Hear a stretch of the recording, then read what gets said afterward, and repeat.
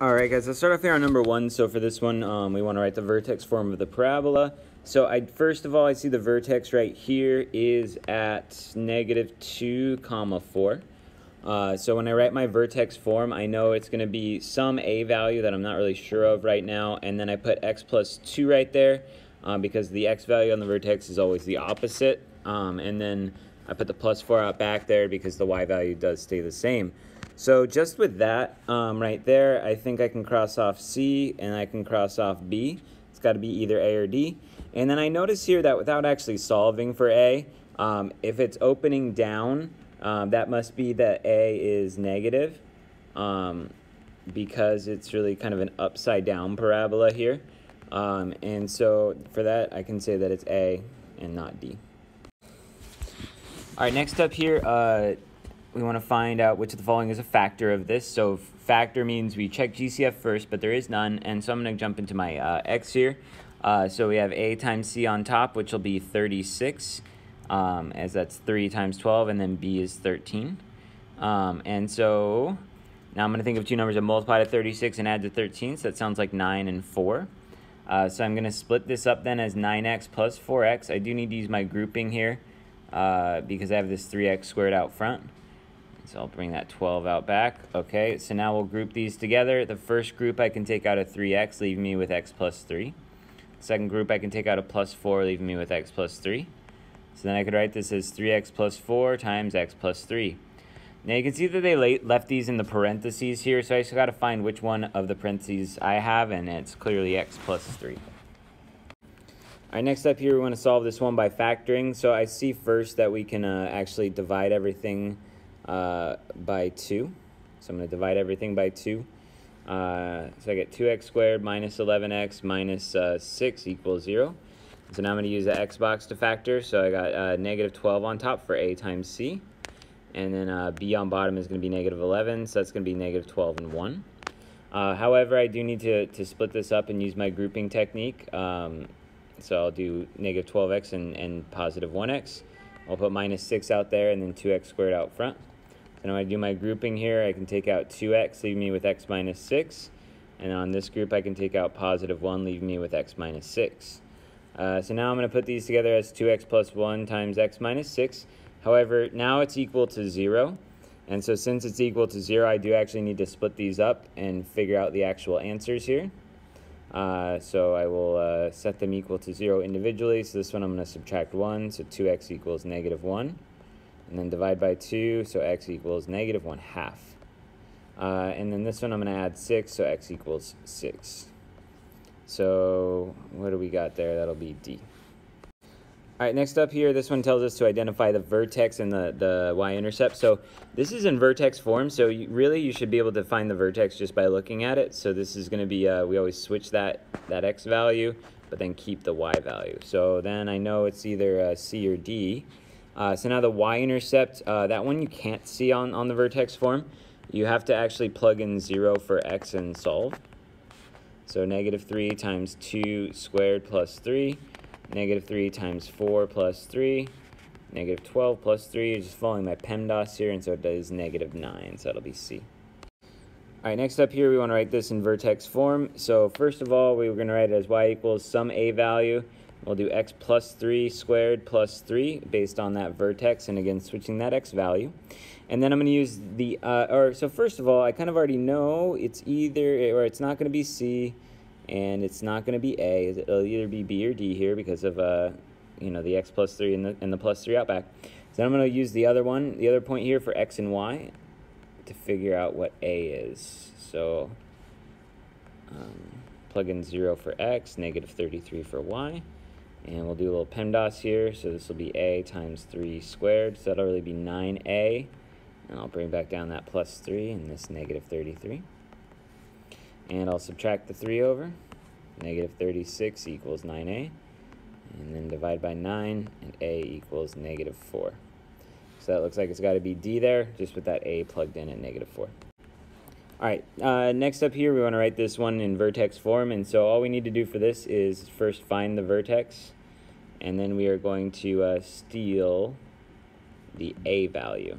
So A is always the same, and so in this case, actually I'm going to do that part first, because if you look here, we can see A is 2, and so I actually already know that the answer is either going to be A or D, because on those ones we have that A value of 2 out front.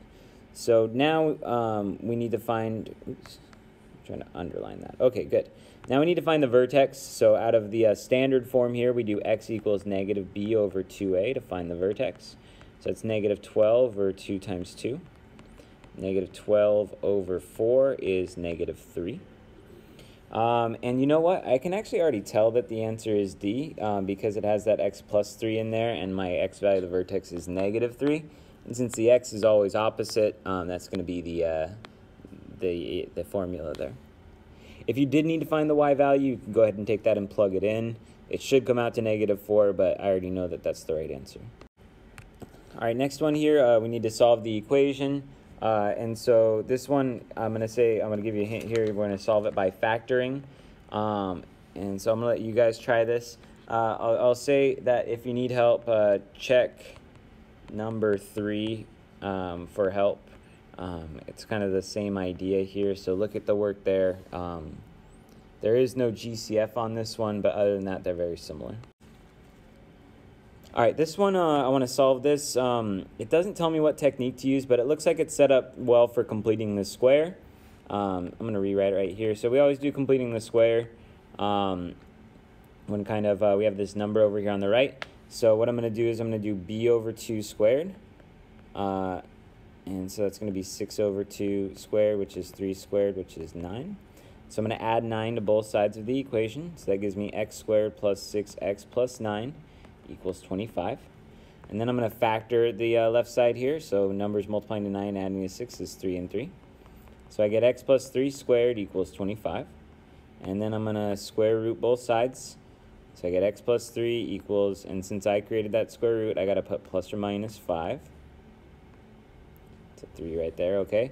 And then I'll subtract this 5 over, so x equals negative 5. No, that's not a 5, it's a 3.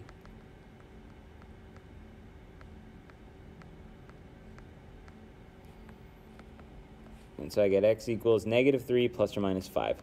Now, since those are both kind of regular numbers here, we do need to split this up and do negative 3 plus 5, which is 2.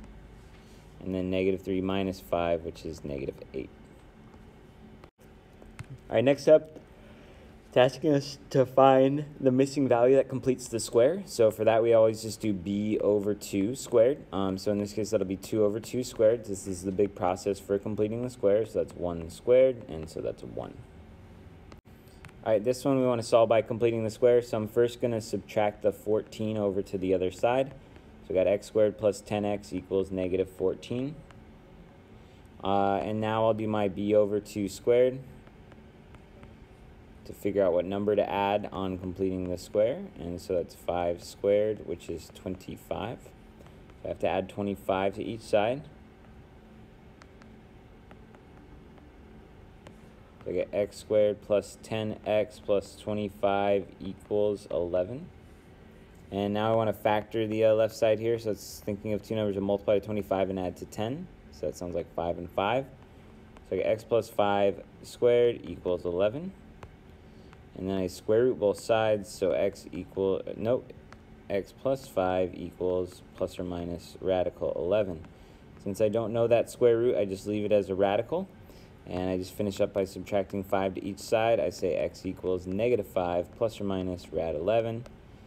Yeah, and that's it. So it's D. All right, next up here, we want to factor this. So this I see is the difference of perfect squares.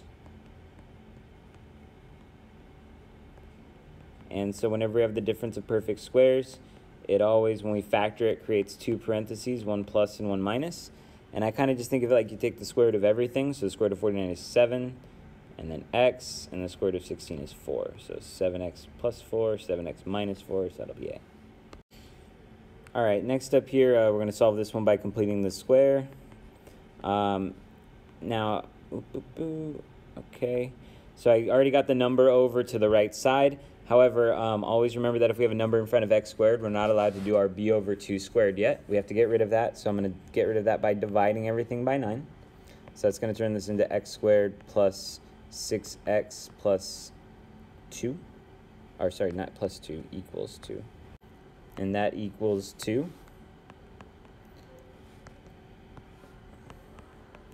All right, so now I'm going to do my b over 2 squared. And so in this case, that's going to be 6 over 2 squared. So that's 3 squared, which is 9. So I'm going to add 9 to each side. So I get x squared plus 6x plus 9 equals 11. And now I'm going to factor the left side. So thinking of two numbers that multiply to 9 and add to 6 would be 3 and 3. So x plus 3 squared equals 11. Then I'm going to square root both sides. So x plus 3 equals plus or minus rad 11. And then finally I'll subtract 3, so x equals negative 3 plus or minus rad 11. So that's going to be C. All right, number 13, I'll let you guys try again. Missing a value there to complete the square would be b over 2 squared. All right, next up here, solve this equation. So I would subtract this 2 over. So I get x minus 1 in parentheses squared equals 16. We square root both sides. So x minus 1 equals plus or minus 4, since I can take that square root. And then I add the 1, so I get x equals 1 plus or minus 4. And then I split that up in this case because they're both real kind of non-radical numbers. So this one comes out to 5, that one comes out to negative 3. All right, next up here we have a function in standard form.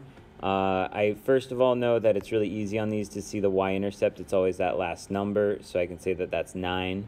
Or you can do the point 0, 9. Next up, I'll find the vertex. So for that, we're going to do x equals negative b over 2a. So b here is negative 8, so I actually have to make that positive 8 over 2 times 1. 8 over 2 is 4, so x equals 4. Now that is actually my axis of symmetry. It's always the x value of the vertex, so I'm just going to write that down right now. And then my y value of the vertex, I have to take that x value and plug it in. So this turns into 16 minus 32 plus 9. And so then we get negative 16 plus 9, according to PEMDAS, and that is negative 7. So my point here for the vertex is 4, negative 7. We get that from our x and our y values. And then lastly here, if you kind of visualize this graph, you would see that since a is positive, it's an upward facing graph, so that means its vertex is a minimum. And that minimum is the y value of the vertex, negative 7. All right, next one here, it doesn't say how to solve it. I'm going to go ahead and try factoring. You could use completing the square here as well, but I think this one factors, so I'm going to get one side to 0. And I'll do my x box, so multiplying the negative 15, adding the negative 2 must be negative 5 and positive 3. So x minus 5 and x plus 3. And then since we're equal to 0, we have to split these up and set them equal to 0 individually. And so if I add the 5, I get x equals 5. And then subtract the 3, x equals negative 3. All right, next up here, number 17. So I need to start off by dividing both sides by 3. So I get x squared equals 9. And then I just take a square root, so x equals plus or minus 3. Since I know the square root of 9 is 3, and I created the square root, I need the plus or minus. All right, next up, we're going to simplify this radical. So I'm going to break it down. I think that's 9 and 8. So this will be 3 and 3 with 2 and 4, which breaks down to 2 and 2. So we have twin 3s here and twin 2s there, and then a loner 2. So the loner goes back in the house, and then 3 and 6 both go outside. Or not 3 and 6, 3 and 2. And they multiply together, which makes 6. All right, solving this equation, I would start off by dividing both sides by negative 3. So that gives me parentheses x plus 9 squared equals negative 21. Oh no, I divided by negative 3, so it's a positive 21. All right, so the next up, I will square root both sides. Now I don't know the square root of 21. Let me see if that breaks down 3 and 7. Do I have any twins there? No. So I'm just going to leave it as a plus or minus rad 21. And then we'll put x plus 9 over here. So lastly, I'll just subtract the 9 over. You're not allowed to subtract non-radicals with radicals, so I'm just going to leave it like this. All right, this one I would subtract 3 from both sides first, so I get x squared equals 96. Then I would square root both sides, and I would break down rad 96. Now I would say that that's 3 and 32, which this is 8 and 4, which is 2 and 4. And I got 2 and 2, and then 2 and 2. So twins here, we have 2's and 2's, and then a loner 2 and a loner 3. So the loner 2 and the loner 3 go back in the house and multiply, and the 2 2's that left also multiply. So we get 4 radical 6. All right, next up we want to solve this one by completing the square. I would first, I would first divide everything by -3. We're not allowed to do this with the -3 in front of the x squared, so that's going to be x squared plus 4x minus 6 equals 0. 0 divided by anything is 0. And now I'm going to add the 6 over to this side. X squared plus 4x equals 6. And then I'm going to do my b over 2 squared, so that's 4 over 2 squared. 2 squared is 4. So I add the 4 to each side. X squared plus 4x plus 4 equals 10. And then we'll do an x here, thinking of two numbers, multiply to 4 and add to 4, so that's 2 and 2. So I get x plus 2 squared equals 10. Take a square root, so x plus 2 equals plus or minus rad 10. And I can try to break that down, but it's 2 and 5, so no twins there, so I'm just going to subtract the 2. And we will leave this as just rad 10. All right, last up here, we're going to solve this one by factoring. So that means we need to get one side to 0, so I'm going to move everything over here. So then we have 3x squared minus x minus 14 equals 0. And now I will do, I don't see a GCF here, so I'll do my x, a times c, 3 times 14. What is that? So it'll be a 2 and 42. So we have negative 42 and negative 1. So that sounds like 6 and 7 with a negative 7. So we'll split that up, 6x minus 7x. Bring that guy down, and then bring that guy down. So now we need to do our grouping technique here. So this group I can take out 3x, leaving me with x plus 2. This group we take out negative 7, which leaves me with x plus 2. So now I got 3x minus 7 times x plus 2 equals 0. So I do need to split those up and set those equal to 0 individually. I'll let you guys do that on your own.